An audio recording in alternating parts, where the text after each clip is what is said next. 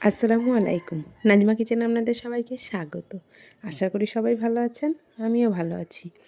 পকোড়া তো অনেক রকমের খেয়েছেন, আমার মতো এভাবে একবার বাড়িতে বানিয়ে দেখবেন আলুর পকোড়া। দারুণ লাগে খেতে, ওপরটা ক্রিসপি, ভেতরটা সফট। এইভাবে একবার বানিয়ে দেখবেন, সবার ভীষণ পছন্দ হবে। প্রথম থেকে শেষ পর্যন্ত ভিডিওটা দেখার জন্য অনুরোধ রইল। চলুন শুরু করি রেসিপি। দুটো মিডিয়াম সাইজের আলু নিয়ে এইভাবে কুচি করে কেটে নিয়েছি। এখন গরম পানির মধ্যে আলুগুলো দিয়ে দেব। গ্যাসটা কিন্তু অফ থাকবে। 2 মিনিট নাড়াচাড়া করে আলুটা ভালোভাবে ছেঁকে তুলে নেব।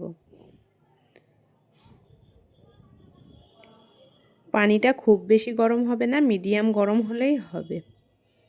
আমি সব আলুগুলো একইভাবে ছেঁকে নিয়েছি। এখন এর মধ্যে মশলা দেব। প্রথমে দিয়ে দিচ্ছি স্বাদ মতো লবণ, হাফ চা চামচ জিরে গুঁড়ো, হাফ চা চামচ লঙ্কা গুঁড়ো, আর দিয়ে দেব 3 টেবিল চামচ কর্নফ্লাওয়ার। কর্নফ্লাওয়ার না থাকলে বেসন দিয়েও তৈরি করে নিতে পারেন। বেসন দিলেও এই আলুর পকোড়া খেতে অসম্ভব মজার লাগে।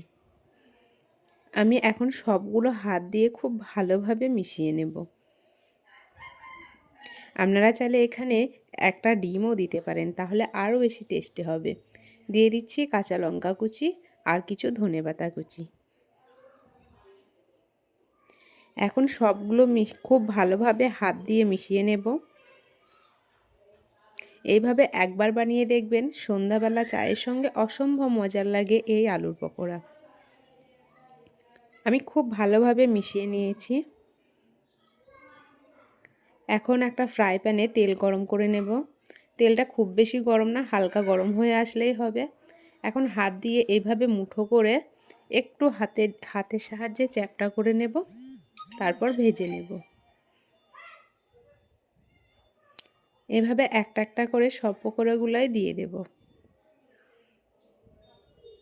আমার রেসিপি ভালো লাগলে লাইক, কমেন্ট, শেয়ার করবেন।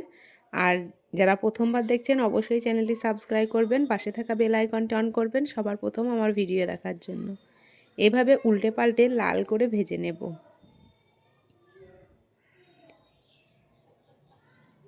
খুব যদি ভালো লাগে আমার রেসিপি, তাহলে বন্ধুদের মধ্যে শেয়ার করতে ভুলবেন না।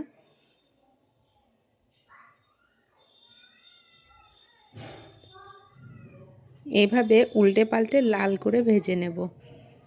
খুব বেশি সময় লাগে না এই আলুর পকোড়াগুলো তৈরি করতে, খেতে অসম্ভব মজার হয়। একবার এইভাবে বানিয়ে দেখবেন, সবার ভীষণ পছন্দ হবে আলুর এই পকোড়া।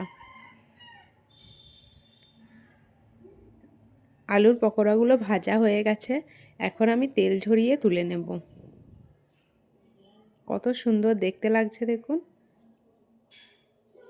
এইভাবে একবার তৈরি করবেন। আজকের মতো এই পর্যন্ত, দেখা হবে আবার পরের ভিডিওতে। ভালো থাকবেন, সুস্থ থাকবেন। খোদা হাফেজ, টাটা।